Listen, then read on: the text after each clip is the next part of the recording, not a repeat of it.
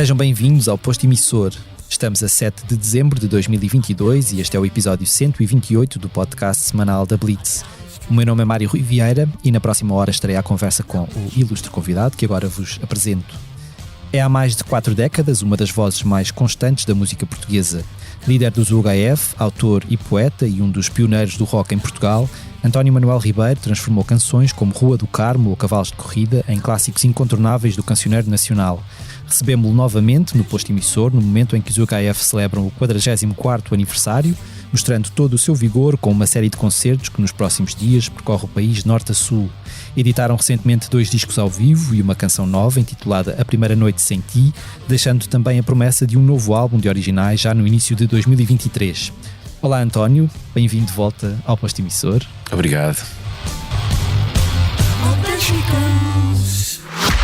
Francisco, é um prazer estar aqui consigo. Se descobre a si próprio como poeta? Isso é uma pergunta muito difícil de responder. Eu sou uma parte do braço que ele deixou para pôr em pé aquilo que ele Se queria. quiseres fazer um balanço da tua vida... Em contagem decrescente para os 50 anos do Expresso, Francisco Pinto Balsemão entrevista 50 personalidades ao longo de 2022. Não perca o podcast Deixar um Mundo Melhor, disponível em todas as plataformas e em expresso.pt.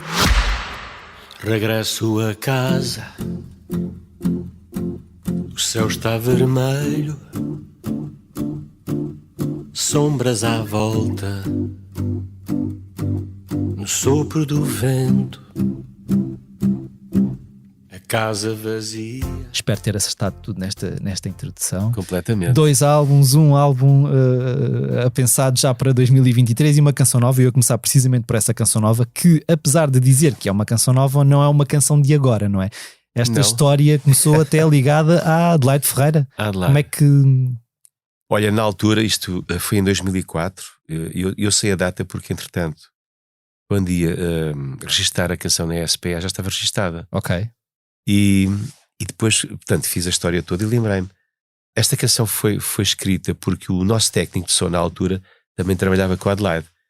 E um dia ele disse-me: olha, Adelaide, quero gravar um disco novo, vê lá se lhe escreves aí umas 2 canções. Está bem. Levei uns dias, talvez umas semanas, 2, 3 semanas. E eu há uma altura que liguei para o Jorge e digo: olha, já tenho as canções prontas. Vou falar com a Adelaide. E passado, um dia, ou nesse mesmo dia, não sei, liga e me diz assim: olha, já não vale a pena porque ela já gravou o disco. Ok. E disse: ok. E deixei ficar a canção. O que é curioso é que eu nem sequer gravei uma maquete. Aliás, gravei uma maquete, mas mandei para ela. Depois nem sequer a recuperei, também não era interessante. Sempre que eu agarrava na folha, de vez em quando passava por lá, eu tenho um montão de canções que eu chamo-lhe o baú das canções. Canções que eu escrevo e às vezes não tenho assim um grande apetite e ficam de lado.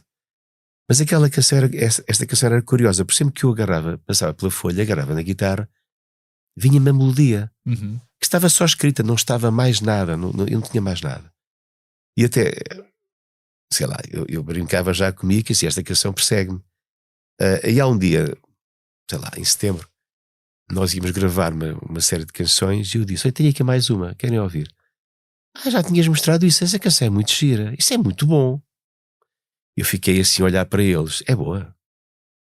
Quer dizer, levou 18 anos para sabermos que a canção é boa. Mas às vezes as coisas são assim, sabes? Tem o seu tempo, são, não é? É o seu tempo, exatamente. O tempo certo não sabemos qual é. Mas tu não és então pessoa de deitar canções fora. Tu agarras-te, elas ficam ali e já te aconteceu mais vezes tu teres uma canção assim escrita há mais tempo e de repente ela passar a fazer sentido anos depois de a ter escrito? Já me aconteceu isso. De certa forma vivo um bocadinho traumatizado, porque eu um dia estava aqui à beira, em Paço de Arcos, a gravar na Valentim de Carvalho e depois fui, fim da noite, fui tomar um copo ao Senove e comer um bocadinho, um bife, não é? E quando saí não tinha o carro lá. E levaram-me tudo, nomeadamente levaram uma pasta onde eu tinha os meus poemas. Aquelas folhas que tu vais escrevendo, uma estrofe, um bocadinho da toalha de papel da mesa de restaurante, tinha lá tudo. E eu houve pai 2 canções que eu tive que reinventar todas porque só havia, digamos que havia assim uns lamirés de voz, mas era sobretudo o instrumental, portanto nós estávamos a gravar aquilo por fases. E eu senti muito. Tantas vezes liguei para a polícia, para os polícias achados, a ver se pelo menos a pasta dos poemas tinha aparecido, mas não apareceu. A partir daí comecei a guardar tudo. Se bem que eu, já editei vários livros de poesia, e o último livro de poesia, o meu editor estava a ficar aflito, porque eu apresentei um livro para aí com 200 páginas, depois comecei a rasgar. E ele disse: tu vê lá se isto ainda vai ter algumas páginas. E o livro ficou com 100 e tal páginas, muito, muito menos mesmo. E aí eu sou terrível. És muito obsessivo com a poesia, rasgo imediatamente. Rasgo, não... Mas é o que é uma palavra que não está ali bem, ou uma coisa que não está a soar bem. Senti daquele momento, tu foste. A tua sensibilidade foi acionada por um acontecimento qualquer no dia a dia, e tu começas a escrever sobre isso. E depois descobres que está ali um clichê, que está ali uma situação que já não tem razão de ser, não é? Quer dizer, eu acho que nós temos que ser assim muito críticos, muito severos. Editarmos-nos muito a nós próprios. Eu costumo dizer que tinha um policiazinho cá dentro. De vez em quando é assim: isto não presta, lixo. Portanto, não és daquelas pessoas que assim num repente vai a uma rede social e escreve uma tirada assim daquelas matadoras, porque depois olhas para aquilo e pensas: não, isto não. Eu quando não és impulsivo na forma de expressar as tuas ideias. Às vezes apetece, mas não sou, já não sou. Eu quando escrevo nas redes sociais, até já editei 2 livros sobre textos que eu fui publicando, até para ajudar as pessoas, nomeadamente no confinamento. Senti essa necessidade nestes últimos 2 anos, e agora por causa da guerra. Eu escrevo primeiro num Word, leio, e leio sempre, faço outra leitura, que é ler em voz alta. Tu, quando lês em voz alta, apanhas erros que quando estás a ler, e então no computador não vês nada. É o chamado erro cego, passas por ele não sei quantas vezes e está bem. Completamente. Mas dás a ler a outra pessoa também, ou nessas coisas és muito mais... confias mais na tua própria autoanálise da coisa do que preferes receber interferências do exterior, que se calhar... Quer dizer, eu tenho revisores quando edito livros, mas eu ando sempre em luta com eles. Ok. Não, é uma luta boa. Quer dizer, eles veem umas coisas, eu vejo outras, e portanto ajudamos. E esta canção nova, ou pelo menos apresentada de novo agora, não é? O que é que ela nos diz sobre este novo álbum que virá aí? Diz-nos alguma coisa do novo álbum? Não diz? Vocês não editam desde 2013? Sim. Álbum novo, não é? De originais. Originais, sim, vários. Novo, originais, sim. Originais. É uma canção que não reflete o disco. Porque este é o segundo single. O primeiro reflete o Bora Lá. A Hey Bora Lá é uma canção que reflete aquilo que são os OHF na sua matriz sonora. Mas esta canção também foi impulsionada, que sabes que há uns anos eu fiz parte de uma experiência, estou a levantar os dedos em aspas, fiz parte de uma experiência de stalking, digo assim, porque eu não quero dizer que ela foi minha não, obrigado. Foi o primeiro caso julgado e condenado em Portugal, e isso gerou depois um livro que eu editei, o És Meu Odissela. E eu participei em dezenas de conferências, de debates sobre a matéria. E agora recomecei, felizmente, há cerca de 2 semanas voltei. Durante o confinamento tudo isso se perdeu, bibliotecas, auditórios, tudo isto ficou fechado. E há uma coisa que eu fui descobrir nos últimos meses, sobretudo, talvez no último ano e meio, é de que em Portugal há muita violência surda. E há uma violência surda pela posse do homem pela mulher, ou da mulher pelo homem. Agora estava a ver ali no ecrã uma senhora que deu umas facadas no senhor. E eu não vou dizer que ele as mereceu, porque não sei, não é disso que estamos aqui a tratar. Estamos a tratar que as pessoas andam com facas. E ainda há uns meses atrás, aqui em Lisboa, na nossa movida, houve umas facadas e houve um rapaz que morreu. E é muito estranho essa violência que existe entre homem e mulher, entre a separação de um casal, por exemplo, não é? E esta canção fala disso. A primeira noite que senti é uma noite de separação. Eu escrevi para uma mulher, mas depois isto é uma canção também para um homem, claro. não tem género. Porquê? Porque no refrão, se reparares no refrão, o refrão diz: a primeira noite senti o silêncio à volta de mim. Portanto, há uma diferença, há uma espécie de sofrimento. Na primeira noite senti, foi a paz que descobri. Ou seja, nós juntamos-nos pela vontade e temos que nos separar pela paz, pela resolução das situações. E é muito difícil a nossa educação machista e marialva, sobretudo a nossa educação masculina, é muito difícil de aceitar. Muitas vezes vemos as pessoas como património, quer dizer, mais um sofá, ou um televisor, ou um carro, não é? Quer dizer, não, o casamento é bom. Eu costumo dizer que é melhor, eu já pratiquei isso e não estou a dizer isto com nenhuma arrogância, mas é melhor um bom divórcio do que um mau casamento, não é? Porque temos que viver em paz e ser felizes. E esta canção fala disso, que a separação pode ser feita em paz. E essa questão que estavas a falar aí também, da questão da educação masculina que nós temos, se calhar também faz com que tu não consigas perceber que essa paz é necessária ou que se calhar é mais importante lidares com os sentimentos, sejam eles bons ou maus, do que negá-los, não é? E se calhar muitas vezes é isso que acontece, é negar ou a falta do próprio sentimento e perceber que há ali uma espécie de um fracasso, não é? Um fracasso de uma relação. É isso mesmo. Reconhecer um Mário, fracasso. É isso. E por uma razão muito simples, porque quando nós aceitamos que há um património à nossa volta, que a mulher faz parte desse património, se nós não segurarmos o património, fomos fracos. A palavra é exatamente essa. O adjetivo é esse. E não é nada disso. Essa é a nossa cultura. É a nossa cultura educacional, que não tem nada a ver com aquilo que é a razão do ser humano, que é a procura da felicidade. Sim. Em conjunto, ou só, ou mudando de sítio, ou mudando do que quer que seja, não é? No fundo, é isso que nós procuramos, é ser capazes de ser felizes. Então, mas este novo disco dos UHF, o que é que nos consegue já dizer sobre ele? Sai em janeiro já? Sim, finais de janeiro. Tudo aponta para isso, se bem que esta digressão tão intensa trocou-me os planos. E já estão a mostrar canções novas? Sim. Olha, estreámos agora em Lagos a primeira vez senti, e eu estava quase sem voz, mas correu muito bem, e ainda bem que as pessoas perceberam isso. Eu também me expliquei que estava doente, mas que não quis adiar o espetáculo. O que é que esta canção reflete? O que é que este disco, o que é que nos consegue já dizer sobre o disco? Perdi-me, desculpa. O disco já teve um título, Podem os Oceanos Arder, mas não sei se não será um outro título. E outro título seria Raiva e Amor, ou Amor e Raiva, não sei ainda muito bem, porque tem canções de amor, tem canções de paixão, de entrega, mas também tem uma visão muito acutilante sobre a nossa sociedade e sobre Portugal. Há lá canções, sei lá, posso chamar de rock de intervenção.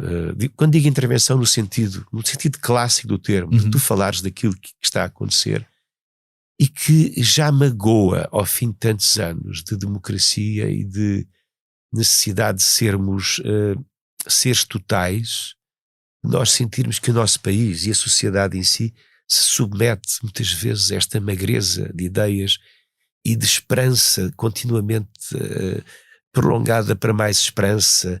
Digamos que há uma espécie de venda em leasing da esperança em Portugal. Não compraste o leasing todo, é daqui a mais não sei quantos anos. Isso já me dói. Já me dói muitas vezes o sentir cabisbaixo dos portugueses. Que se nota cada vez mais, não é? Muito. Parece que só nos elevamos. Mas é um cabisbaixo, é um cansaço de ser cabisbaixo também, de alguma maneira, não é? Mas as pessoas aceitam, sabes o quê? Uma espécie de resignação. E só nos erguemos quando há futebol. Acho que hoje estamos todos um bocadinho melhor, não é? Mas o que é que tu achas que é preciso para haver esse switch desse cansaço para as pessoas baterem o pé efetivamente?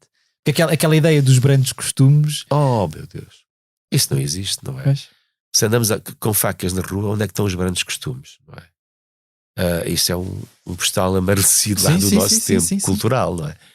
Mas nesse aspecto, quer dizer... Sim, não é? Mas repara, eu acho que as pessoas em Portugal acham que a democracia se faz no dia das eleições. E ainda por cima, uma boa parte dos portugueses, mais de metade, não vão votar. Sim. E portanto, parece que eles vão para lá, são todos iguais. Isto é das frases mais assassinas que há para a evolução de uma sociedade, é dizer que isto não muda, são todos iguais. Divorcias-te automaticamente dessa participação. Já tem uma razão, é uma razão fantástica. E de repente disseram o quê? Nada. Não disseram nada à causa. porque nós só mudamos quando intervimos, não é? Mas a cidadania intervém, devia-nos fazer intervir todos os dias, Sim. não é no dia das eleições. Sim. Termos opiniões sobre as matérias. Que chatice. Sabes que eu venho de um tempo, não é? Em que se ouvia muito, a minha política é o futebol. Toda a gente tinha medo que na esquina houvesse um bufo, ou no lago, ou no lugar do Estádio da Luz ao lado houvesse um bufo que estivesse ali a ouvir, e que muitas vezes havia o chamado agent provocateur que estava lá para dizer umas larachas. Para ver a reação das pessoas. Meu pai contava-me isto, não é? Eu não vivi isso, mas o meu pai viveu isso. Um sujeito que contava umas larachas, e depois havia sempre um que dizia, pois é verdade, estamos tão mal, passar fome e tal. Quando acabava o jogo estavam lá uns sujeitos ao lado que o recolhiam e ele ficava de lado. E portanto parece que esquecemos isso tudo, e que hoje em liberdade está tudo feito. Depois lamentamos, não é? Lamentamos do quê? Só da nossa própria inatividade. Quando as pessoas se queixam à minha beira de que está tudo igual, votaste, não, então o que é que estás a falar? Tu não podes sequer falar. Tu és das pessoas que não podes falar porque tu não votas. Sim, estar a queixar de um sistema para o qual depois, quando é chamado a contribuir, não contribui, é sempre mais complicado. Pela inação. Exato. Eu reparei que nesta tour podia ser Natal. Não há uma data em Lisboa, e eu peguei nisto para te perguntar, até porque nós temos ouvido muito da parte de vários músicos que tem sido muito complicado marcar concertos, e eu presumo que em Lisboa seja ainda mais complicado marcar concertos. Isto é de alguma maneira um reflexo de uma coisa que vocês não conseguiram fazer ou não quiseram, até para mostrar que Portugal não é só Lisboa, e continuamos muito agarrados a essa ideia? Não, nós podíamos ter feito, aliás, houve queixas nas redes sociais de que não havia um concerto na área. Não tocar em Vila Franca, não é o mais perto de Lisboa? Mais perto, repara, aí também houve, a agência que marcou, não fomos nós, ainda houve uma negociação para irmos ao Coliseu, mas falhavam as datas. Eram datas complicadas durante a semana, dias de semana, era complicado. É mais fácil fazer isto na província. E no mês de Natal, não é? Também. E no mês de Natal. Por outro lado, eu não quis mexer, digamos, na minha área, por uma razão muito simples. 2013 é o ano dos 45 anos do HF. E eu quero fazer uma série de coisas. Ok. E, portanto, sabes, não fazer coincidir, não fazer colidir os interesses, claro. Melhor dizendo. E nesse fazer uma série de coisas em 2023, voltando àquilo que eu dizia, como é que está o panorama de... Vocês já têm concertos efetivamente marcados? Não têm? Porque nós temos ouvido muito, até queixas por parte de artistas que têm muito a ver com a falta de salas para tocar, porque as salas têm medo de não saber muito bem o que é que vem em 2023, de recessão, inflação, tudo. O que é que vocês já têm alguma noção de como vai ser o vosso 2023? Vai ser um ano difícil ou vai ser um ano até... Eu trabalho com estatísticas, muitas vezes olhar para elas, não é? Eu acho que vai ser um ano bom. Eu digo isto em função daquilo que está marcado. Em relação às salas, eu tenho reparado que há não, mas não são muitas, mas haverá sempre uma ou duas salas que estão com receio. Porquê? Porque não sabemos o que é que vem aí. Efetivamente, é um risco que estamos todos a correr. Mas eu acho que se estarmos parados ainda é mais arriscado. Claro. E portanto é bom avançar, não é? É bom termos as coisas programadas. Como eu disse, nós queremos fazer várias edições ao longo do ano, porque também temos que fazer reedições. Discos há muito tempo esgotados, que não estão no mercado há muito tempo. Estamos a regressar ao vinil. Por exemplo, o À Flor da Pele ao vivo vai ter edição em vinil também. Ainda, provavelmente antes do Natal, pelo menos a fábrica nesse sentido já nos disse que era praticamente certo que antes do dia 15 estava cá o disco, e portanto, para apoiar as edições nós temos que ter uma digressão. É o que está a acontecer com estes dois discos. E isso já está a ser visível, quer dizer, agora, também não estavas à espera em 24 de fevereiro deste ano que instalasse uma guerra. Claro. E portanto eu não sei o que aí vem. O papel da inflação, as pessoas às vezes têm pouca memória, sempre que há uma guerra a inflação, quer dizer, isso parte das necessidades, mas também parte da especulação, não é? Quer dizer, não há matérias-primas, é um facto, é mais caro o combustível, é verdade, mas também há especulação natural. Portanto, nós temos que um bocado jogar com as situações. Se calhar os artistas às vezes têm que ter outros cachês e têm que saber gerir as suas carreiras em função da realidade. se nós estamos estáticos, morremos estáticos. A questão é que há muita coisa, e nós vemos isso especialmente nos grandes concertos das grandes estrelas até internacionais. Os bilhetes estão a ficar cada vez mais caros e é cada vez mais incomportável para um português se calhar conseguir comprar um bilhete àquele preço, não é? E depois isto acontece muito, nós vamos muito a concertos, não é? E vemos cada vez mais estrangeiros em concertos grandes em Portugal, não é? Portanto, a dada altura parece que isto de repente começa a ser feito para outras pessoas que não os portugueses. Eu não devido disso. Eu não devido que haja já um estudo de mercado pela quantidade de turistas que nós temos em Portugal em meses concretos, e que as digressões... Sim, tenham isso em conta, não é? É ali que temos que ir. E obviamente que um bilhete para um inglês a 150 euros, não é? Uhum. Não é no big deal, não é? Sim. Para um português é dinheiro. E agora, regressando à primeira noite sem ti, pegando no facto de ter sido escrita para Adelaide Ferreira, é uma coisa que ao longo da tua carreira te foi pedida muitas vezes, escreveres para outros artistas. Há aí canções que se calhar nós conhecemos muito bem e que nem sequer temos noção de que foram escritas por ti, por exemplo, que o público ouça... Então olha, é a altura de eu te oferecer este meu relatório da Mata dos Medos. São as últimas crónicas que eu publiquei. Uhum. E tem exatamente esse disco. Ok. É um disco das canções que me pediram para escrever sobre várias matérias. Uhum. Pediram mais, houve umas que eu não escrevi, outras que nem sequer guardei. Depois aqui na parte final do livro é que tens os créditos todos, e fecha com uma canção que ninguém me pediu, mas que eu tive vontade de fazer. Eu já fiz em português e depois fiz também em inglês, que é a Ucrânia Livre. Uhum. Neste caso o Free Ukraine. Está aqui também. Ninguém me pediu-me a minha consciência. Ok. E é evidente que sim, os autores, ofereço-te o livro e o Muito disco. obrigado.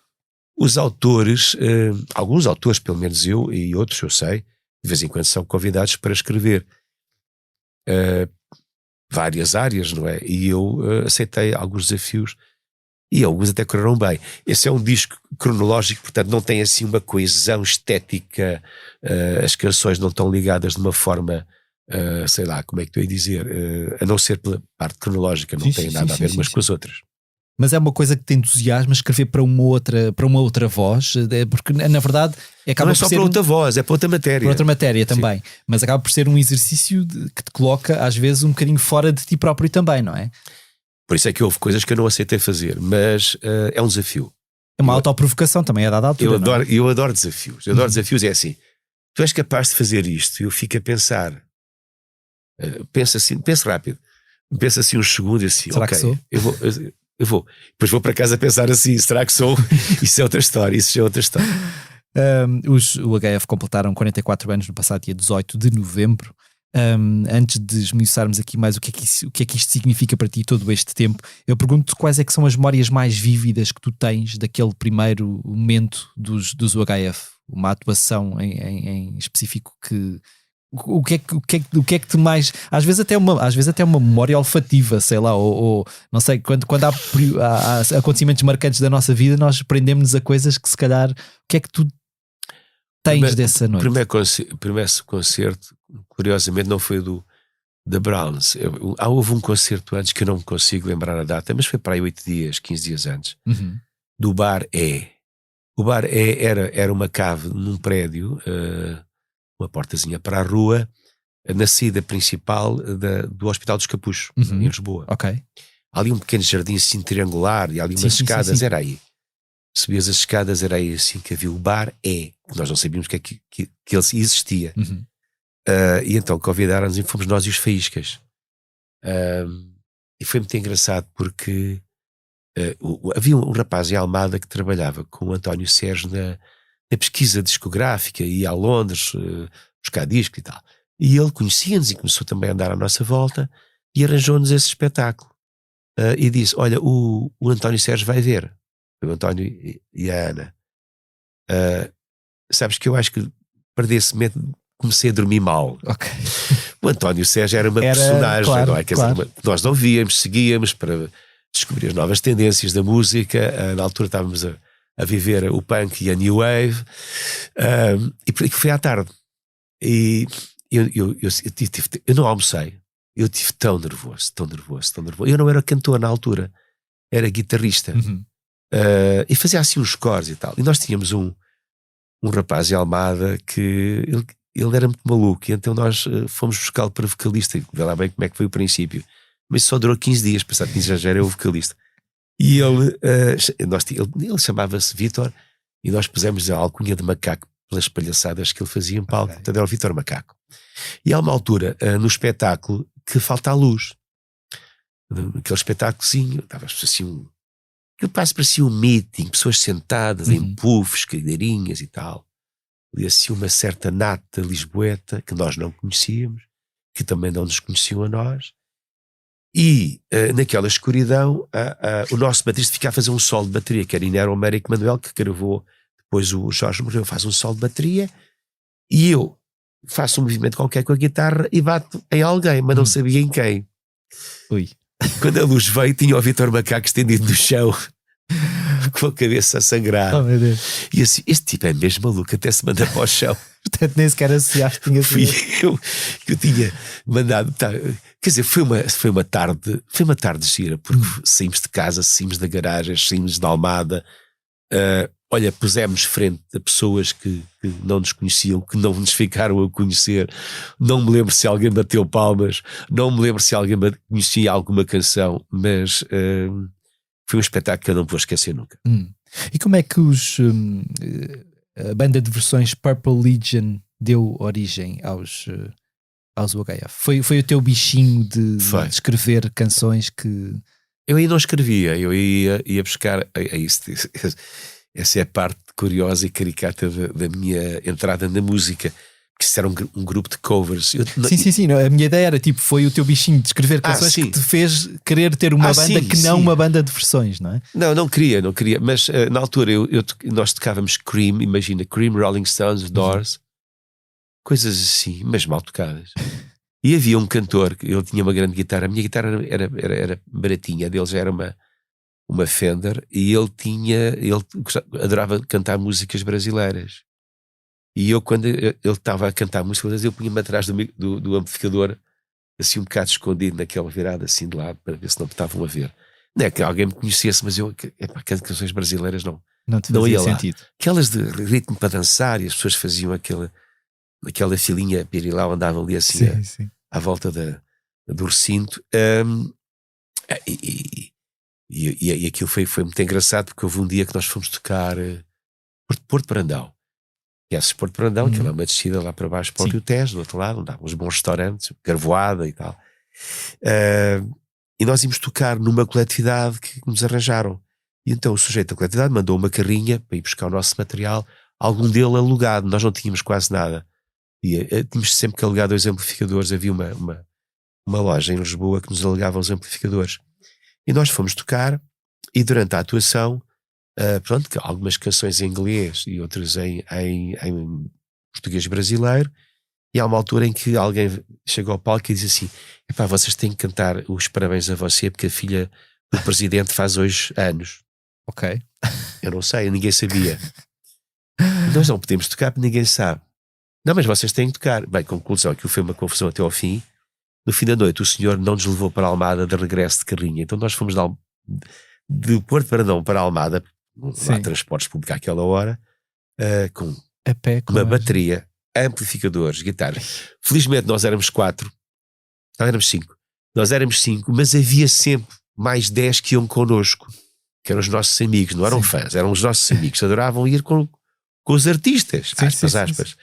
E portanto lá toda a gente trouxe alguma coisa. Eu lembro do meu baterista na altura, era o Alfredo. O Alfredo veio a ser o baterista do Ziodo. Éramos colegas de liceu e fizemos um trajeto para a música em paralelo, e o Alfredo vinha com o bombo dele. Eu lembro dele subir aquela encosta assim: eu nunca mais toco bateria na minha vida. E portanto, Purple Legion, já viste que não deu assim uma grande cimenteira. Eu acho que houve ali uns tempos em que ficámos todos um bocadinho traumatizados. E que expectativas é que tu tinhas para os UHF? O que é que na tua cabeça já seria um projeto a longo prazo? Ou era uma coisa que tu querias que fosse a tua vida, ou no início era só deixa lá ver o que é que isto vai sair daqui? Foi isso, com toda a verdade. Não há aqui, como é que eu ia dizer, não há aqui pensamentos de futuro, prognósticos, não, de forma alguma, não havia nada disso. Que idade é que tu tinhas na altura? O HF no princípio tinha 23. Não pensava, ali nem por cima era pai de dois, estava casado com 2 filhos. E a família, nomeadamente os meus pais, a faculdade já estava a começar a tremer, porque eu às vezes ia lá, não é? Ainda no curso de Direito ou já? Já estava em letras. E aí, portanto, as coisas tremiam assim um bocadinho, porque eu trabalhava também. Eu, aliás, tinha 2 trabalhos. Trabalhava na Câmara de Almada e comecei a ser repórter do Record. E os ensaios. Não é? E ainda por cima um passo social, que era o meu carro. O carro era um passo social e eu vivia na Costa de Caparica, portanto não era propriamente no centro de Almada. E ensaiávamos na Torre da Marinha, foi aí que estabelecemos a nossa... Aí foi importante, aliás foi aí que escrevemos os cavalos de corrida e foi a nossa base mais importante de trabalho. E aí íamos para a costa finalmente. E portanto, não, de forma alguma. Nunca pensei que isto... Como é que eu tenho a dizer? Não havia tradição, digamos, de um grupo durar para além de umas festazinhas. Claro. Também temos que perceber, aliás, que até 74 os grupos de jovens eram, digamos, coartados na sua fase de inspiração, na sua fase criativa, na sua fase de fazer o que quisessem da música, porque havia a guerra, havia a tropa. Claro. E quando vinham da guerra e da tropa, se viessem mais ou menos bonzinhos da cabeça e inteiros, iam, quer é casar, quer é viver a minha vida, acabou, porque quer esquecer. Então, nós somos a primeira geração que não tem esse teto baixo, não é? Em cima da vontade de fazer alguma coisa que não estava na tradição deste país haver artistas. Sabes que nós éramos, primeiro, tínhamos cabelo comprido, éramos drogados, atenção, é com acento, drogados. E depois havia uma outra coisa que é assim, então ainda coças na barriga, não era tocar a guitarra, era coçar na barriga. Havia assim, digamos que o tal devaneio Marialva deste país, não é? Sim. Então, isto faz-me lembrar sempre uma historiazinha. Há uns anos atrás, em conversa com o Paulo de Carvalho, tivemos uma conversa os dois, e eu estava a falar com alguém e ele estava a ouvir e assim, aconteceu contigo, não acontece comigo. O que é que estávamos a falar?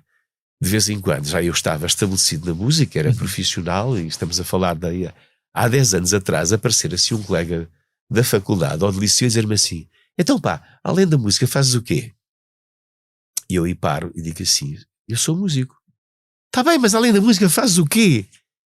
E eu penso assim, estes tipos não percebem o que é isto, não sabem o que é a vida do artista, por exemplo, sem horários, sem fins de semana, sem feriados, sem o que quer que seja, sem horas, trabalhar às vezes doente. Eu há tempos disse a um médico, meu amigo, que me trata ao telefone, assim, sabes que eu quando paro ao 11. Certo. Às vezes é possível, e é inevitável, é inevitável, mas se houver um pingo de energia, de capacidade, eu vou os outros. Porque é assim que é a nossa profissão. The show must go on, mas existe por alguma razão. Claro, mas por essa mentalidade que me parece bem mais generalizada do que nós se calhar até temos noção, porque na verdade se calhar as pessoas que trabalham no meio cultural vivem um bocadinho numa bolha, porque as pessoas à sua volta estão habituadas a ir a concertos ou mas se calhar há uma grande massa neste país que continua a olhar, aliás, se calhar não, que continua a olhar para a cultura e para os artistas como um entretém e não como uma profissão, não é? Uma carreira, por isso é que aquela noção tipo do estatuto do artista continua a ser. Sim. Olha, não é? Por exemplo, eu ia quase dizer uma outra frase, estou a gostar do que estás a dizer, é quase um apêndice. A música pode ser um apêndice. Mas tu não uma profissão. Ao longo destes 44 anos alguma evolução nesse sentido, na mentalidade das pessoas de olhar para o artista como alguém que trabalha e não como alguém que só se diverte. Sim. Sentiste alguma evolução nesse sentido? Sabes que há outra coisa que às vezes não me ofende, mas fica assim sempre a olhar para as pessoas. Não olhar não, porque é ao telefone. Ligam-me às 11 da manhã assim, desculpe, não sei se estou a acordar. Porquê é que eu tenho que estar a dormir às 11 da manhã? Porque sou artista. deito-me tarde, vou para a Boémia. Daquelas ideias pré-concebidas continuam todas... Se eu às vezes estou às 2 da manhã a escrever, mas é a rever um livro, por exemplo, ou rever um arranjo para que no dia a seguir vou Isso não implica que não acordes às 8 da manhã no dia a seguir. Exatamente, porque é necessário acordar. Eu sabes que isso é verdade. Houve uma alteração que nos últimos anos, isto podemos falar um bocado, se quiseres, do que está a passar na música portuguesa. Há um certo facilitismo hoje em dia na música portuguesa que é capaz de gerar frutos pequeninos num futuro próximo, que é o facto de muita gente ter habilidade para trabalhar numa profissão, habilidade não, conhecimento e até a nível académico para trabalhar numa qualquer profissão, e depois faz música em casa à noite no computador e até mete a canção no Spotify e faz um vídeo para o YouTube e então continua a ter uma profissão e faz música em part-time ou nos tempos livres. Não, a música é o tempo inteiro. Isto agora estou a ser um bocadinho rude, mas deixem-me ser também, de vez em quando. Eu sou do rock, portanto, duro como rock é maleável. Porque o cabedal do rock não é propriamente duro. O que eu quero dizer com isto é que há um certo facilitismo, ou a ideia de que a música também se pode fazer, mas filho, arranja-me uma profissãozinha. Era isso que meu pai queria para mim. Eu já era casado, mas já era maior, como se costuma dizer, e meu pai fez-me uma... Não sei se não ficou durante um tempo sem falar comigo. Quando eu desisti da faculdade, disse: o pai, acabou. Eu não consigo ir à faculdade, eu não consigo fazer reportagens para o Record, porque ao domingo ou ao sábado, quando há jogos, eu estou a 300 km de distância, não é possível, acabou. Porque meu pai já queria que eu desse o pulo para a bola, porque já andava-se a falar e tal. Há ali um tipo em Almada. Sim. E que na altura o jornalismo era um bocado diferente, era 3 vezes por semana, 3 semanários, havia muito mais tempo para fazer jornalismo. Hoje em dia, os teus colegas estão obrigados a todos os dias a criar notícias. Na altura não era bem assim, era diferente. Essa opção é uma opção de risco enorme. Sabes que eu, quando saí da Câmara de Almada, aliás, por convite do meu presidente, na altura, convite não, digamos que o conselho do meu presidente, o Zé Martins Vieira, que já não está entre nós, e que foi um presidente muito humano, sabes? Ele era um operário, mas uma pessoa muito humana. Muitas vezes ele entrava dentro do gabinete e dizia assim: chamava-me Alves, explica-me lá isto que eu não sei, pá, eu sou operário, explica-me lá isto. Era um homem assim, e isso só me dava mais respeito por ele, pelo contrário, claro. Mais respeito tinha pelo senhor. E há um dia que ele me chama e diz: pá, há aqui problemas aqui na secretaria e tal, porque tu e tal, meus estudantes, sais e tal, agora tens o grupo e não sei o quê. Pá, como é que não tiras umas férias sem vencimento durante um ano? Eu posso fazer isso? Podes. Tiras umas férias sem vencimento e vês durante um ano. Durante um ano vês o que é que isso dá, e daqui a um ano isso não está a dar voltas ao teu lugar, tens aqui o teu lugar. Que meu pai ia ter 2 ataques, não é? Como calculas, também já não está entre nós, e portanto neste momento está a olhar para mim e está-se a rir, porque eu ia deixar de ter um posto importante, não é? Estava na faculdade e portanto só podia subir se eu quisesse ficar na função pública, que era uma coisa que eu não queria. Mas pronto, e vencer isto foi muito difícil. Eu estou a falar isto hoje, são palavras, mas isto foi muito difícil. Claro. Quando tens 2 crianças de bebés que tens que alimentar com leite e com fraldas, porque na altura não havia fraldas descartáveis. Sim. Quando eu fazia anos, em vez de me darem uma prenda, davam-me fraldas para os meus filhos. E eu ficava assim: mas espera que me estão a dar fraldas e não me estão a dar uma prenda. Isto é para as tuas crianças, tu precisas e tal. Pronto, ok. Tomar esta decisão foi um ato, e é preciso explicar às novas gerações que fazer música é também um ato de entrega. É uma missão. Como um advogado, o advogado é advogado. Porque eu venho de uma geração, antes de mim, a geração, sabes, os poetas eram publicitários. Os cantores eram médicos, eram advogados, trabalhavam na função pública. Parece que tinha que ser assim. Sim, não é? Sim. E não era assim, e não tem que ser assim. Porque isso chama-se o crescimento. E houve um crescimento, efetivamente, connosco, quando a minha geração, nos anos 80, quando demos um salto, começámos a vender muitos discos, a fazer muitos espetáculos, e gerou-se uma indústria. Tudo mudou em Portugal, claro. A começar em quem fazia discos, em quem fazia capas. Os estúdios modernizaram-se. Passámos a ter fotógrafos, não é? de espetáculo e de capas discográficas. Isto criou-se uma indústria. Claro. publicações musicais, sei lá, tudo, programas dedicados à música portuguesa, que não havia, de vez em quando lá havia uma coisinha, lá apareceu a Amália, ou apareceu o Carlos do Carmo, Mas a questão é que, mesmo com tudo isso, passado 45 anos, continua a subsistir a ideia de que isto não deixa de ser à parte da tua vida, não é? Hoje talvez não, mas há uns 10 anos atrás, acho que foi a última vez que ouvi isso. 10 anos, não sei por aí. Quando é que o António Manuel Ribeiro em ti passou a ser o António Manuel Ribeiro dos UHF? Em ti, não só, por exemplo, quando é que o teu pai percebeu que efetivamente os UHF eram um projeto sério e que a tua vida estava ligada a esse projeto sério? E não eras só o António Manuel Ribeiro, eras o António Manuel Ribeiro dos UHF. O meu pai deu-me uma educação muito, muito disciplinada. Ele não foi à tropa, mas parecia um sargento. E eu cresci assim, e portanto aprendi várias coisas com o meu pai, e sobretudo a ler, sem ele falar.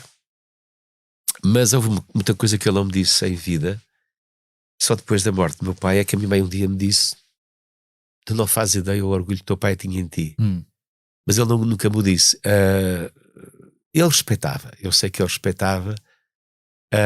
Eu oferecia algumas coisas, nomeadamente o primeiro disco. Sempre que eu gravava um disco, eu tinha que ir à casa dos meus pais, levar-lhe o disco, na era do vinil, na era do CD, do DVD, tudo. Mas eu vivi sempre um bocado a minha vida assumindo o meu dia a dia, e há uma coisa que eu fiz sempre da minha vida. Se calhar a minha educação, mas se calhar não, de certeza a minha educação tem muito a ver com isso, que é: eu não desisto perante as dificuldades. Também não sou maluquinho de andar a bater com a cabeça na parede, não discuto com paredes, não discuto com a realidade. Como é que eu saio desta? Tu estás numa situação qualquer, uma situação que não estavas à espera, apareceu, e como é que eu saio disto? E portanto, nos momentos bons nunca fiquei hiper vaidoso. Detesto a palavra orgulho.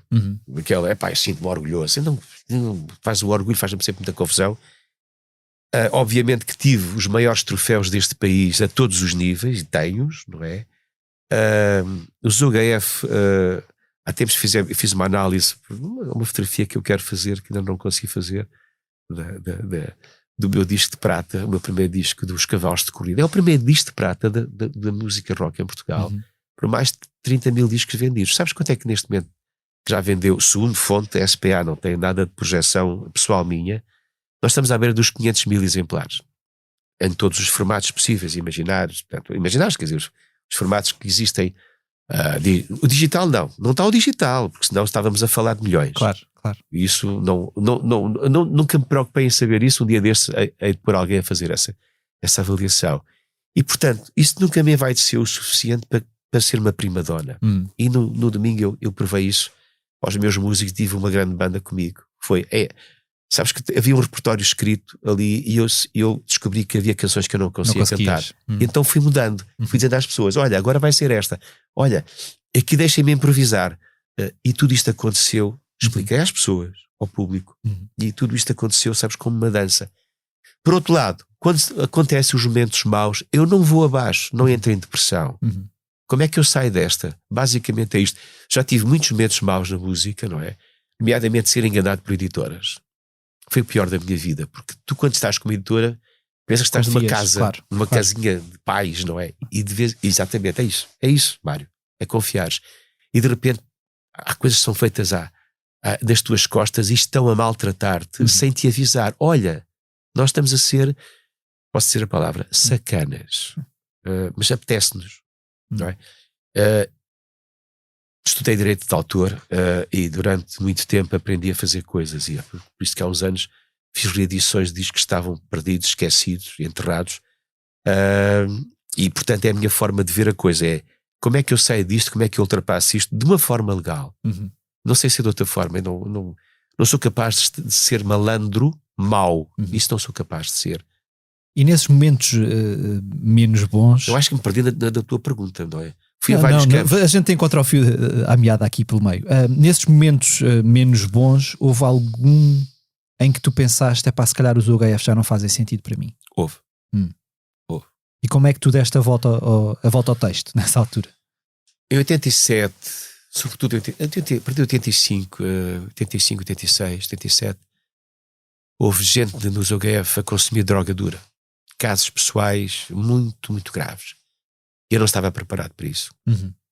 Não sabia o que isso era, ou seja, lidares com uma pessoa que está dominada pela droga dura. Estamos a falar de heroína. Eu falo em concreto que é para avisar. Sim. Avisar, esta é a experiência, vejam o que é que isto trouxe. E portanto eu vivi tempos terríveis, quer em produção discográfica, não me apetecia gravar. Tive para aí 2 anos e meio, 3 anos sem gravar. Houve concertos que podiam ter sido desastrosos se o público não fosse bom, se algumas canções não tivessem o poder que têm, e se eu e mais 2 não tivéssemos feito por 5 ou por 4. E aí pensei. Aliás, foi uma altura em que eu trabalhei numa campanha política cuja canção está aí, dessa campanha política, e na altura fizeram-me um convite para ser deputado pelo partido como independente, porque eu sou independente, nunca estive ligado a nenhum partido, por Setúbal, e eu vacilei. Houve ali um momento e disse: não, eu não vou para a política, eu não gosto de política, porque também se vê muita coisa na política quando se está lá dentro que não está de acordo com aquilo que é o meu sentir, e portanto para mim não é possível. Mas estive à beira de fechar o seu HF e entrar numa carreira a solo. E chegaste a gravar, na verdade, depois, anos mais tarde, discos a solo também, não é? Sim, mas não foi por isso. Foi em fase de pausa, canções que eu achava que não faziam tinham sentido. mais, exatamente, não tinham sentido para o seu HF, tinham mais a ver comigo, com uma outra área mais poético, sentimental, intimista, sei lá, por aí. Quando se fala e lá, indo um bocadinho ao encontro daquilo que tu estavas a dizer, quando se fala do boom do rock português, há sempre uma aura de mítica em torno daquele movimento e daquela época. Tu que viveste por dentro, esse vigor que se sente nas músicas depois refletia-se muito nas vossas vidas, aquela máxima do sexo e do rock and roll e das drogas, lá está, que tu estavas a falar, era uma coisa que se vivia muito nesses primeiros anos do rock português. Quer dizer, eu vivi sexo sem drogas e com rock and roll. Isso vivi intensamente, posso dizê-lo, por isso os divórcios e outras coisas na minha vida. Mas era. Eu acho que andávamos todos a experimentar, e isto de repente tornou-se um vulcão. Não havia terra neste país, festa neste país, situação qualquer que ela fosse, que não tinha que ter. Na altura não era um grupo, eram 2. Eu lembro, por exemplo, a partir de 81 até 83, mais ou menos, nós e os táxis dividíamos o país ao meio. Aliás, eu digo isso no disco Podia Ser Natal.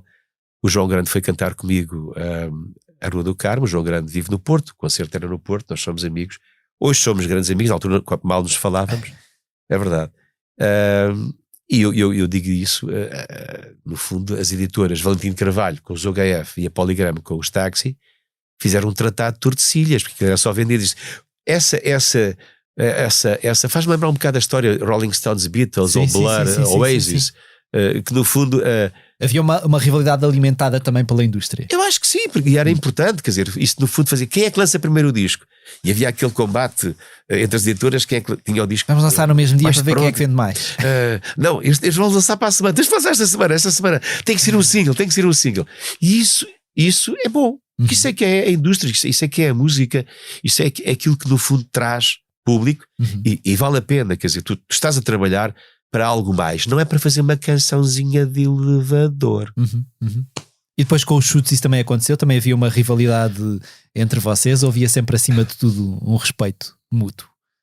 Não, respeito. Os Chutes, sabes que os Chutes aparecem no grande palco só em 87, sim. Com o Circo de Férias, e portanto até lá os Chutes muitas vezes eram a nossa primeira parte, era um grupo que vivia estavam noutra plataforma. Eles começaram muito cedo, mas houve sempre problemas internos, quer dizer, nomeadamente a saída do Zé Lionel, fundador, não é? Com o Zé Pedro, Já não estão cá os dois entre nós.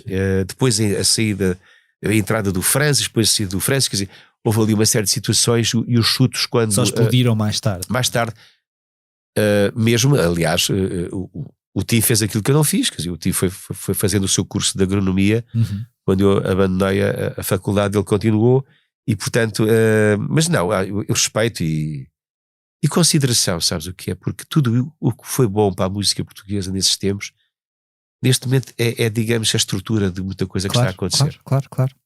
Eu li, e agora um pouco ao encontro daquilo que tu estavas a falar há pouco, daquele marialvismo.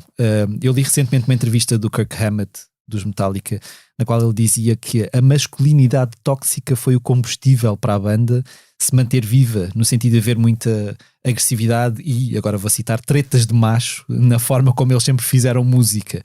Tu sentiste algo parecido com os UHF? Chegou a haver algum elemento, vocês mudaram de formação durante muito tempo, chegou a haver algum elemento feminino nos UHF ao longo destes 44 anos? Não, houve algumas coralistas só, mas não mais do que isso.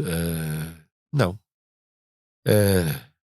Mas porque cheguei a pensar mais do que uma vez meter uma pessoa a tocar connosco que fosse baixista na altura, pensou-se nisso, mas nunca se concretizou. Mas não tem a ver com machismo, tem a ver que nos anos 80, nessa década, não havia assim muitas mulheres a tocar. Havia mulheres a cantar, sobretudo líderes de lead vocals, cantoras principais, e também a fazer cores, isso. Não, mas nunca pensei. E tu sentes que o rock português ainda é um bocadinho um clubinho de menina, não entra? Ou achas que já está mais... Não, isso não, eu acho. Eu nunca achei isso, sabes o que é? Eu penso que as miúdas levaram mais tempo a libertar-se da educação familiar e a ir para a estrada. E a fazer uma banda e ir para a garagem e tocar. Também muito a ver com aquela ideia que estavas a falar há pouco de que a música não é uma profissão, não é? Sim, também se calhar é muito ligada a isso também. Sim, e as mulheres ainda tinham outro problema, e se calhar existe esse problema mental, que as mulheres têm que constituir família e tomar, quer dizer, agora obviamente que não, e felizmente as mulheres fazem a sua vida, têm filhos quando querem ter filhos e têm carreiras, mas essa mentalidade... Tu repara bem, Mário, que em 1980 só passaram 6 anos sobre o 25 de Abril. Sim, verdade. E se politicamente nós mudámos e levámos muito tempo a estabilizar e a criar a democracia mais madura que hoje temos, em termos sociais, em termos de pensamento sociológico, libertação, Sim. A Europa ainda ficava longe. Não, e esse trabalho ainda não está... E não está feito, não está exatamente. Feito, não é? Vai sendo perfeitamente, vai sendo feito, mas... De acordo. E quais é que são os prós e contras de trabalhares na tua banda com o teu filho? Os prós, ele é bom. Ele ganhou o lugar, não fui eu que o trouxe para os UHF. Foram os meus músicos na altura, em 96, me fizeram uma partida. Aqui, olha, me acertei aqui em Lisboa. Os contras é que ele é avaliado muito mais duramente que os outros. Sou muito mais duro com ele. És mais tirânico com ele do que... Sou muito mais exigente. Mas sabes uma coisa? Se calhar isso também vem dos restos da minha educação, da seriedade com que eu encaro as coisas todas. E acho que o meu filho tem que perceber, e já percebeu, que nisto não é fácil. Nada daquilo que a gente quer alcançar. Eu costumo dizer, nós quando temos que subir a montanha, não podemos fazer de vez em quando temos que parar para descansar e respirar. Mas é bom que cheguemos lá acima, não é? E portanto, essa é a vida do artista, é subir a montanha, ultrapassar-se, transcender-se. O artista, quando digo artista, é o autor também, quer dizer, lá está a tal história. Quantas canções é que eu tenho lá perdidas? Deste vou descobri-las. Porquê? Porque deixa estar aí, pronto, deixa estar. Porquê? Porque é preciso fazer outra coisa que me emocione. Tudo aquilo que eu faço tem que me emocionar na música. Se não me emociona, mais uma, não quero. Não quero. E, por exemplo, este tipo de espetáculo que estamos a fazer, há muito tempo que eu tinha este conceito, que era fazer no inverno uma coisa diferente, à volta de uma canção que para mim foi e é importante, que todos os anos no Natal aparecia. Se a canção aparece no Natal, podia ser Natal, vamos fazer um espetáculo, alguma coisa, não é? Ligada à coisa. E portanto são estes desafios e essas barreiras que é preciso ultrapassar que me agradam. E as tuas filhas nunca se entusiasmaram muito pela música? Elas aprenderam a tocar guitarra, as duas têm guitarras, acho que não tocam há muito tempo. Há tempos vi a guitarra elétrica que dei à minha filha mais nova e fiquei aflito. E disse: filha, vou-te pagar um setup a esta guitarra, tem ferrugem as cordas da guitarra. E um dia, quando eu lancei o meu segundo disco a solo, o Sierra Maestra, fiz um showcase na FNAC do Colombo e convidei as duas para cantar comigo a Rua do Carmo. Ok. E elas cantaram muito nervosas, mas cantaram. Elas cantam bem. Uma das coisas que tu que sempre assumiste foi a vertente mais intervencionista da tua música. Portugal tem vivido crise atrás de crise atrás de crise e nós continuamos a ter de lidar com essas coisas e as pessoas vão ficando, e já falámos um pouco disto aqui, se calhar vão ficando mais insatisfeitas de ano para ano e mais cansadas. Tu sentes que é cada vez mais importante os artistas não se divorciarem dessa ideia de que estão a cantar para um público que tem preocupações e se calhar falar um pouco também, refletir um pouco sobre essas preocupações de um país na sua arte ou na forma como se defendem em público quando dão entrevistas ou quando... Porque se calhar há muitos músicos que têm ainda muito aquela ideia tipo de uma coisa é a minha arte, outra coisa é o resto. Mas achas que isso é cada vez mais importante? Há dias estava a ter uma conversa, acho, e sabes porquê? Porque eu quando eu comecei a cantar, além daquela máxima que há bocado falávamos, a minha política é o futebol, havia outra coisa, os artistas em Portugal, iam à televisão todos de gravata, camisa branca e fato. E diziam todos uma coisa: não tinham nem clube de futebol nem partido político. Para não se comprometerem com nada, não é? Querem estar com todos e depois o público e depois não me contratam e tal. E pronto, eu aceito, cada um faça o que quiser. Quem sou eu para estar a dizer aos outros o que é que devem fazer? Não sou ninguém para isso. Mas há uma coisa que eu tenho que dizer, é aquilo que penso e em que acredito. Nesta enxurrada de informação que nós temos todos os dias, redes sociais, televisão em contínuo, redes sociais, quer dizer, nem sei quantas é que existem neste momento. E a informação começou a ser banalizada. Nós já olhamos para a guerra da Ucrânia como se fosse parte de um episódio. Sim, sim. Porquê? Porque já está banalizada. Então acho que é importante em certos momentos, para mim é importante em certos momentos, tu vincares uma situação, uma posição, criares uma fotografia e que essa fotografia seja exposta para travar um bocado, digamos, essa corrente da enxurrada de informação que já não interessa a ninguém. Olha, vamos refletir um bocadinho que é assim. Tu andas na rua como eu ando, vais às compras como eu vou, entras no café como eu entro. Tu já reparaste que 80% das pessoas estão ligadas a um telemóvel? Das duas uma, ou têm todos uma vida social imensa, ou estão a banalizar a sua própria circunferência de 360 graus que é o mundo. Não é? Em certos momentos eu sinto essa necessidade, outras vezes não, quer dizer, eu não escrevo só às vezes escrevo, não é silly songs, mas é quase, às vezes também escrevo canções que têm um sentido lúdico, porque a música também é lúdica. Agora, se eu puder, ou se valer a pena num momento qualquer da minha inspiração, falar de uma matéria que eu acho importante e que não deve ser esquecida, porque o nosso problema, até em termos sociais, da democracia, é nós esquecermos muito depressa coisas que aconteceram com muita gravidade e que nem sequer estão resolvidas. Então os casos mediáticos levados em tribunal, sim.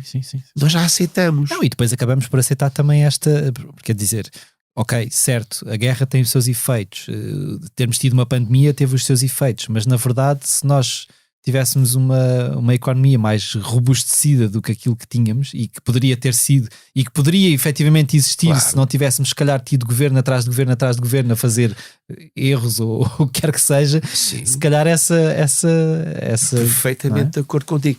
Aliás, Mário, durante muito tempo a Covid vai ser a desculpa para muita coisa. Agora a guerra da Ucrânia ajuda ao resto. Se nós tivéssemos feito a recuperação de um país a tempo e horas, não é?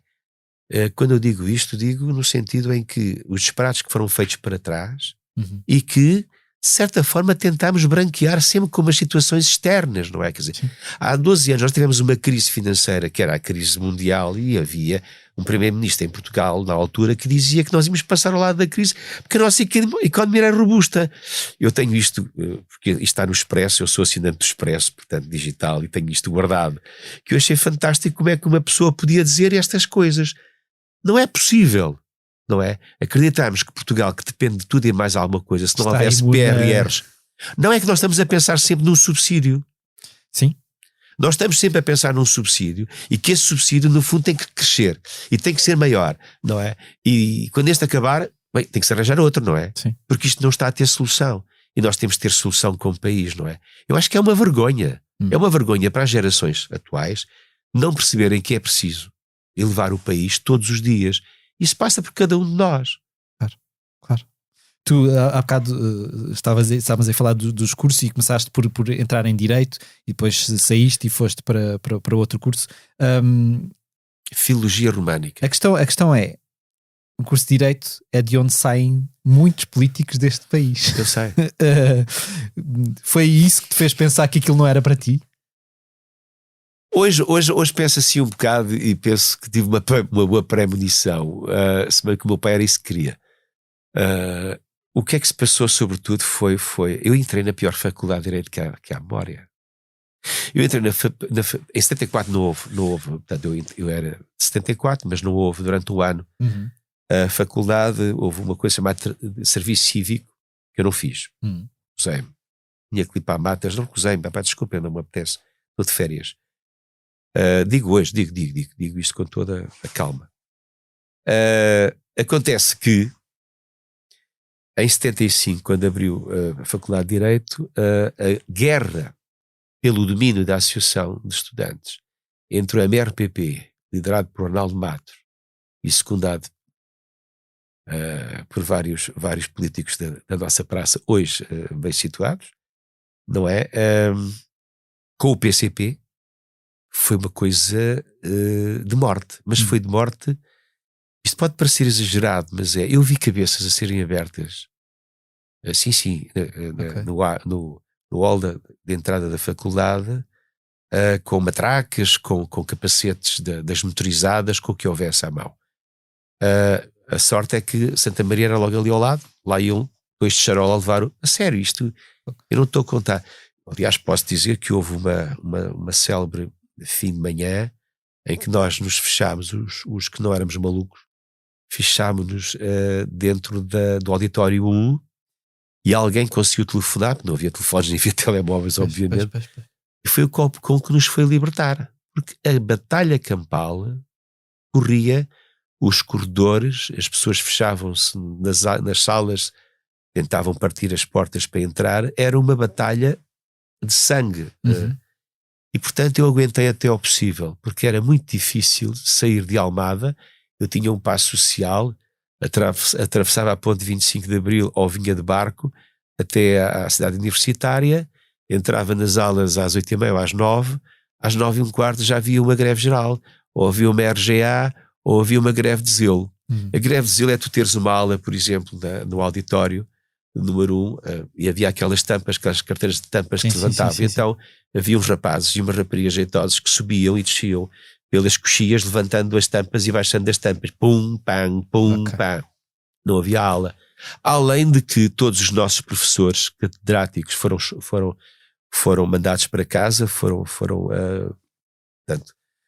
tirados do ensino, e mesmo os assistentes. Eu lembro-me disto, que houve um dia um assistente que o seu avô tinha sido de legião, ou não sei de onde, também foi para casa porque não podia dar aulas porque era fascista. Tudo na altura era fascista.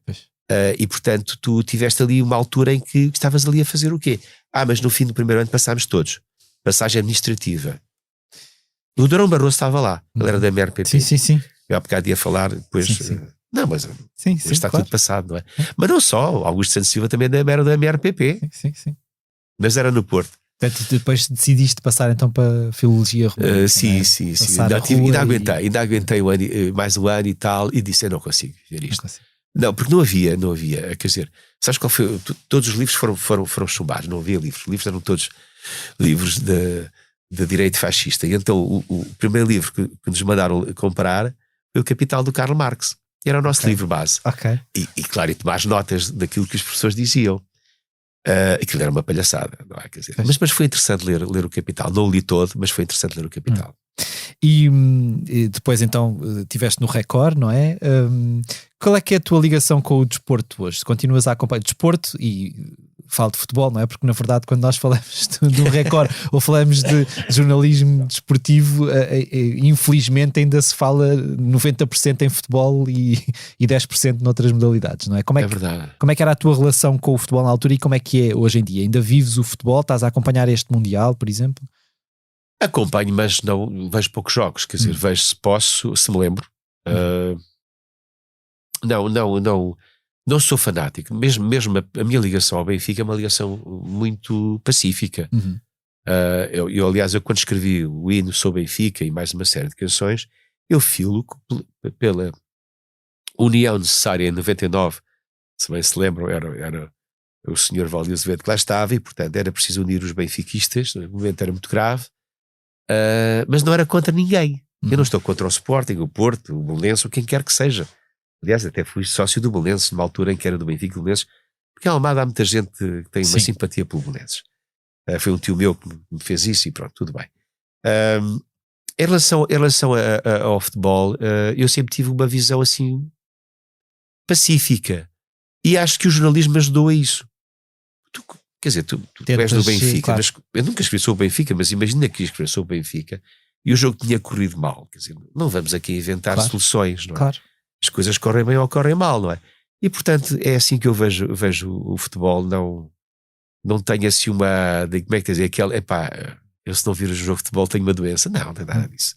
E esta situação do Mundial ser no Qatar é uma coisa que o que é que te quando não sei o que é que tu pensas sobre o assunto, não é? O que é que... Eu penso que foi um grande jogo de hipócritas, não é? E que hoje em dia, quer dizer, quando começou a chegar a véspera de irmos para o Qatar, todas as vozes que se levantaram têm razão, mas estão atrasadas.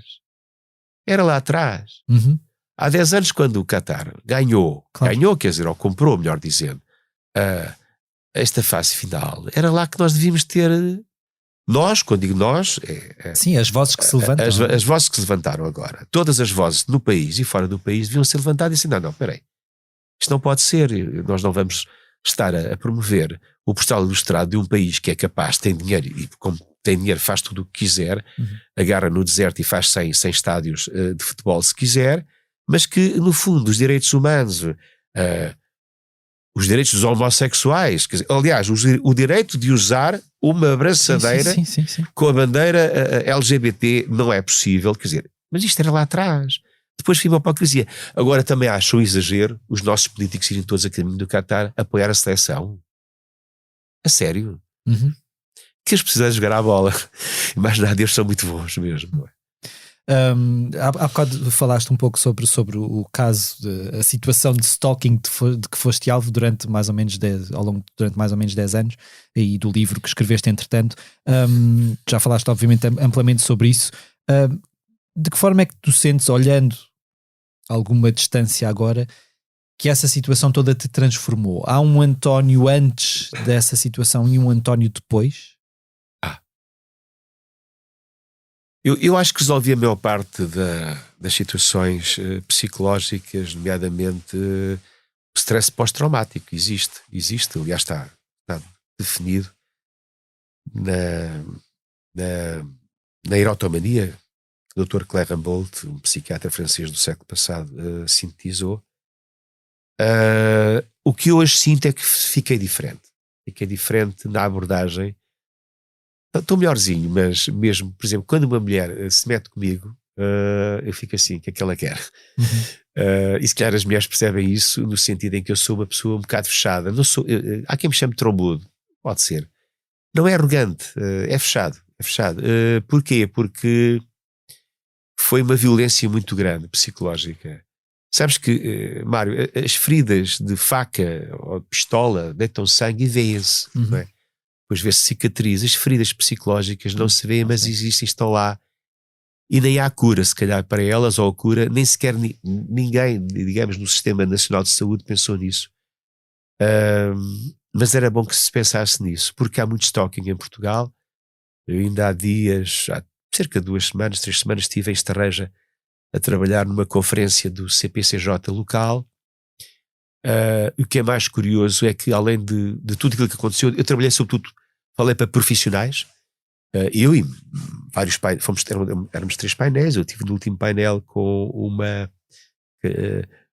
representante da APAV e uma criminóloga, e a seguir mandaram-me um pedido para eu responder a uma série de perguntas, porque havia pessoas que tinham muitas questões a pôr, tiveram vergonha de as colocar.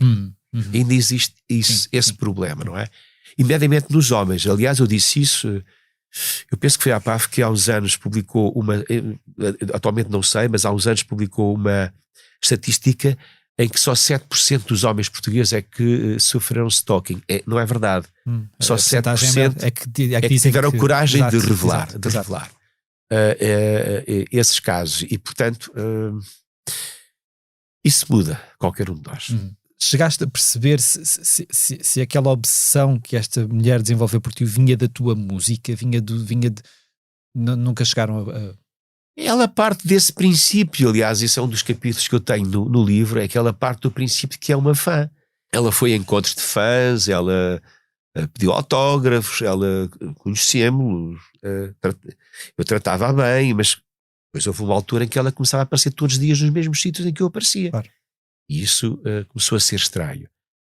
Agora, eu no meu capítulo defendo a tese de que o comportamento dela é tudo menos de uma fã. Pois, claro. Uma fã é alguém que está de acordo ou sente uma proximidade emocional grande com uma canção, claro, com o que um artista escreve, ou a sua corrente literária, sei lá, a voz, o que quer que seja, não é? Mas fica por aí, não é? Quer dizer, o stalking é um crime que está... portanto, na justiça norte-americana já está criminalizado, existe lei autónoma desde 1990. E que geralmente até estará associado a qualquer perturbação do foro psíquico ou emocional da pessoa. Completamente. Não é uma coisa que aliás, surge assim. Os nossos magistrados deviam ser assessorados por psicólogos ou psiquiatras. E um caso de stalking nos Estados Unidos, tem 2 vertentes. A pessoa é retirada de circulação, é detida, não é presa, é detida, e vai a um exame psiquiátrico profundo, forense. Não é privado, contra o outro, é forense. Se é imputável, vai ter uma cura obrigatória, um tratamento obrigatório. Se não é, se é imputável, é presa. Se é inimputável, vai ter uma cura obrigatória em tratamento psiquiátrico. Porque isto é levar a coisa a sério. Porquê? Porque a pessoa que é um stalker pode acabar o último episódio do stalking completo, porque aquilo está definido, por exemplo, no FBI. Eu estudei a legislação norte-americana e depois a erotomania, a ciência que o Dr. Claire Humboldt, psiquiatra, como há pouco disse, sintetizou nos anos 30 do século passado. E a morte existe. Portanto, o ataque final, o rapto também existe. E, portanto, tudo isto é eu não sei quantas vezes fui ameaçado. Seja contra a vítima do stalking ou contra a própria pessoa, não é? A dada altura, porque o fim pode ser trágico de um lado ou do outro. E eu defendi sempre essa tese, nunca foi levada a tribunal, naturalmente. Naturalmente, não devia ser naturalmente, mas pronto, não foi. Que é, a outra pessoa está a sofrer, está em sofrimento também. Ela devia ser tratada, devia ser separada, devia ser cuidada, porque também está em sofrimento, porque aquilo que ela faz não é vida. Quer dizer, eu cheguei a ter uma pessoa 24 horas à porta da minha casa, a dormir dentro de um carro, ou então deixava o carro, porque a pessoa vivia em Oeiras, e então deixava o carro e vinha de táxi, e depois no dia a seguir aparecia de táxi, só para seguir os meus passos. Pois. Isto não é vida para ninguém. Claro, não é? Claro. A situação ficou completamente resolvida? Dois julgamentos, 2 condenações, se vier a acontecer, ela foi-lhe ameaçada de prisão efetiva. Vocês, durante a pandemia, os UHF criaram uma coisa chamada momento musical caseiro, não é? Isto foi uma forma de tentar, de alguma maneira, controlar a forma como as coisas estavam a acontecer na vossa vida. Quer dizer, porque a dada altura não conseguiam dar concertos, não havia concertos, não, tipo, alguma forma de se manterem presentes também. Foi... Olha, foi tudo isso sem saber o que é que ia acontecer. Foi uma coisa de nascimento espontâneo. Foi o meu depois... baterista, o Ivan, que na altura lançou a ideia. Eu disse, está bem, vamos lá fazer o primeiro. Eu até que ia fazer o primeiro sentado assim na mesa da minha sala a ler os poemas e tal. Disse, não, vamos meter aqui, isto vamos fazer de frente. Está bem, então vamos lá fazer. E de repente nós criamos um universo de assistentes, de espectadores digitais. Mas estamos a falar em locais em Portugal, está-se a aproximar dos 700 locais. E nós dizemos locais, porque nós não podemos dizer Lisboa, que um é no Chiado, o outro é em Alcântara, o outro é nas Avenidas Novas, e portanto é completamente diferente. Países, são quase 50 países e 200 e tal cidades no estrangeiro. Que vão da Nova Zelândia ao Canadá, ou vão da Colômbia à China. Ou seja, alguma coisa foi crescendo ao ponto de eu fazer um livro também sobre as crónicas que eu ia escrevendo, para as pessoas terem um bocado de ânimo e vencerem a estranheza que todos nós vivemos. E gravámos aquilo que eu pensava que era o último. Portanto, quando o primeiro-ministro disse em setembro do ano passado que isto acabou, nós pensámos que era verdade. Agora, pronto, então acabou. Este é o nosso último MMC. Trouxemos um estúdio móvel lá para casa e gravámos. Passado 15 dias estávamos outra vez em confinamento. Regressámos aos UGF, regressaram aos MMC. E agora fazemos um por mês, porque acho que criámos uma audiência tão interessante que é bom darmos às pessoas uma conversa próxima. Essa troca de experiência. É bonito. Como é que tu olhas para o rock português hoje? Olha, como é não que tu sei, vês? não sei. Há coisas giras. Não sei, sabes? Mas acho que está a acontecer isso também no mundo inteiro, sabes? Às vezes é uma coisa cíclica, não é? A estratificação da era digital, nomeadamente as plataformas digitais, estragaram muita gente de vir para a música. Porque se tu não vendes discos físicos, aquilo que tu ganhas no mundo digital... Ou vendes milhões e consegues efetivamente ter ali uma fonte de rendimento, ou então se não vendes milhões acabas por ficar à mercê de... Compras uma corda, não compras um jogo de cordas, compras uma corda, ganhas dinheiro por uma corda. E isto é a realidade, quer dizer, eu costumo dizer, os UGF ainda vendem discos. Acho que é preciso uma sapatada qualquer, e quando digo uma sapatada é alguém aparecer com... Sabes que aparece muita coisa, mas aparece e desaparece. Há pouco falava da questão dos artistas em part-time.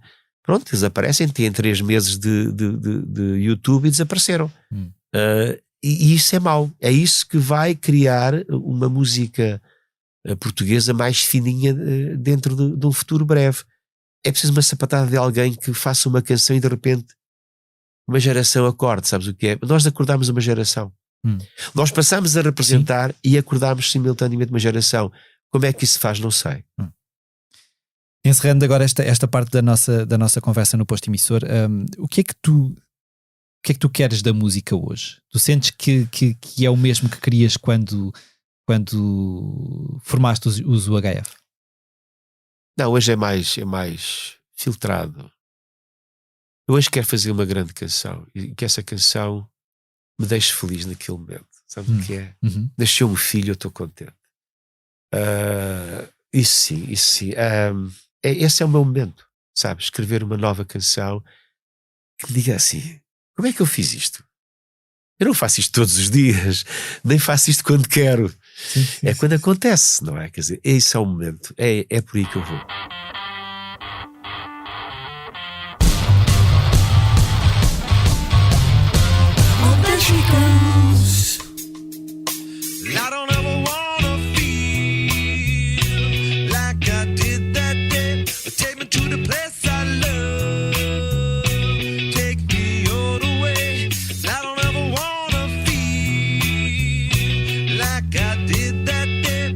To the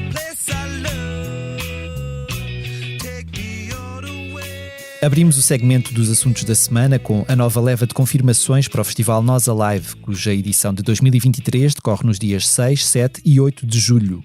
Os norte-americanos Red Hot Chili Peppers foram anunciados como cabeças de cartaz do primeiro dia, juntando-se assim aos Black Keys. Os britânicos Arctic Monkeys regressam para apresentar o novo álbum Dakar no dia 7 de julho, mesmo em que atuam Lizzo e Idols, e Queens of the Stone Age e Sam Smith sobem ao palco do evento de Algés no último dia, que também contará com Tash Sultana e Angel Olsen. O festival Rolling Loud, que volta a realizar-se na Praia da Rocha, no Algarve, entre 5 e 7 de julho, anunciou também um nome de peso. Travis Scott será um dos cabeças de cartaz da segunda edição do evento dedicado ao hip-hop. Chegou também nos últimos dias o anúncio do regresso do brasileiro Chico Buarque a solo português, tendo até ao momento 5 concertos confirmados. Atua na Super Boca Arena, Pavilhão Rosa Mota, no Porto, a 26 e 27 de maio, e no Campo Pequeno, em Lisboa, nos dias 1, 2 e 3 de junho.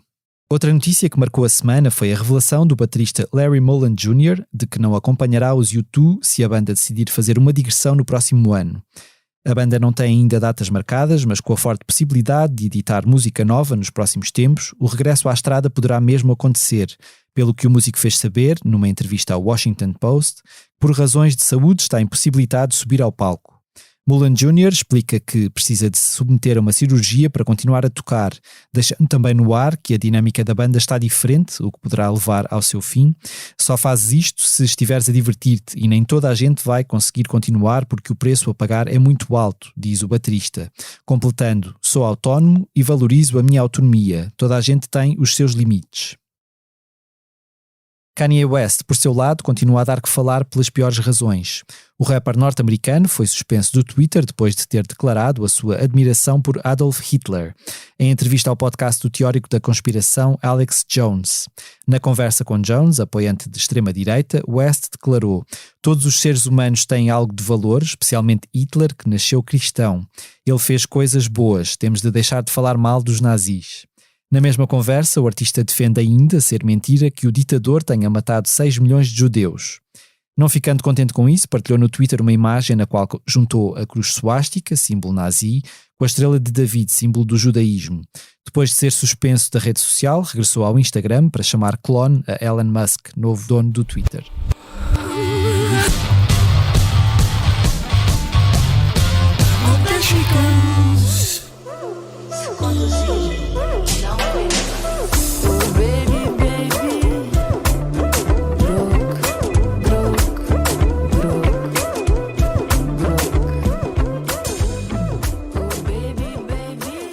Deixo-vos agora com algumas sugestões de leitura no site da Blitz. Primeiro trago-vos uma entrevista exclusiva com Sara Tavares, que regressou recentemente com a canção Grog de Pilha, 5 anos depois do álbum Fichado. Numa conversa franca, a artista fala não só sobre música nova, como do problema de saúde que a impede de tocar guitarra, da vitória no programa Chuva de Estrelas há quase 30 anos, da falta de representatividade negra no espaço público português e da política que sempre existiu na sua arte, algo que designa como artivismo. Pelo caminho, e tendo em conta que chegou a ser futebolista federada, Sara Tavares comenta a realização do Mundial no Qatar. Num país que arrasa todos os direitos humanos, estamos ali contentes a jogar futebol. Tal como disse, a entrevista pode ser lida na íntegra no site da Blitz. Outro regresso que assinalámos foi o dos 7ª Legião. Na semana passada, Paulo André Cecílio e Rita Carmo marcaram presença no primeiro dos 2 concertos que a banda de Sete Mares e Por Quem Não Esqueci deu na Culturgest, em Lisboa. Uma forma de celebrar 40 anos de percurso e também homenagear o teclista e produtor Ricardo Camacho, falecido em 2018. A reportagem de um concerto curto, mas pleno de camaradagem e recheado de boas memórias, pode ser lida no site da Blitz. Por fim, e porque o Natal está mesmo à porta, juntámos uma série de sugestões de presentes que prometem tornar a época festiva muito mais musical. De headphones sem fios a uma luxuosa edição em vinil de Revolver, dos Beatles, passando por pacotes especiais de bilhetes para os festivais Nós Alive e Mel Calorama, deixamos-lhe no site da Blitz 11 sugestões irrecusáveis para um Natal feliz.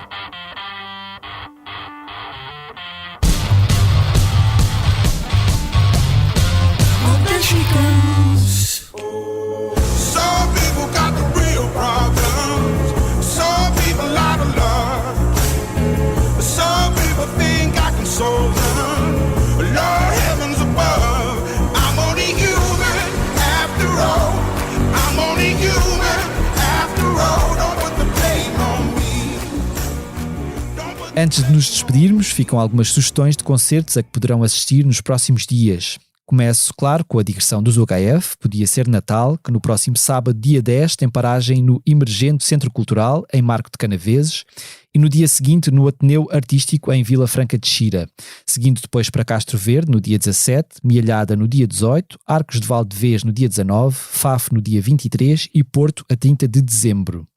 Na noite desta quarta-feira, Márcia sobe ao palco do Tivoli, em Lisboa, apresentando-se no próximo sábado no Auditório Municipal de Gaia.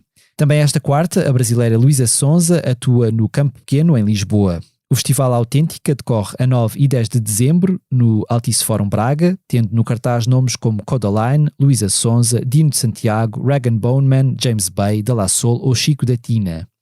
No dia 10, os Gift dão um concerto no Teatro Municipal de Bragança, Rui Reininho canta no Teatro Municipal Joaquim Benita, em Almada, e Surma atua no Generation, em Braga, seguindo depois para concertos no Novo Ático, no Porto, dia 11, no Gretua, em Aveiro, a 16 de dezembro, e na Culturgest, em Lisboa, a 17 de dezembro. Os Evanescence regressam a Portugal para um concerto no Campo Pequeno, em Lisboa, a 12 de dezembro. Mesmo dia em que os Cinematic Orchestra se apresentam no Coliseu do Porto, repetindo a dose no dia seguinte no Coliseu de Lisboa. O islandês Olafur Arnalds passa pela Casa da Música no Porto a 14 de dezembro, o CCB em Lisboa a 15 de dezembro e no Teatro Virgínia em Torres Novas a 16 de dezembro.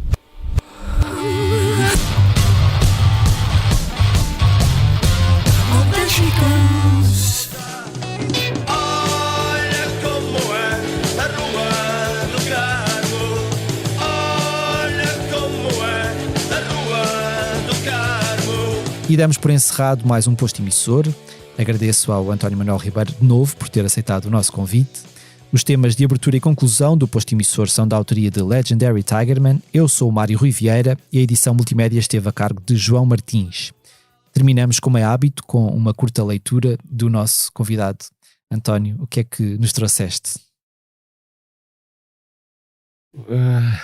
Acho que aquilo que há bocado aqui foi dito tem importância, não é só para as mulheres, tem importância para a consciência das pessoas. Uma canção às vezes pode ter uma mensagem subliminar,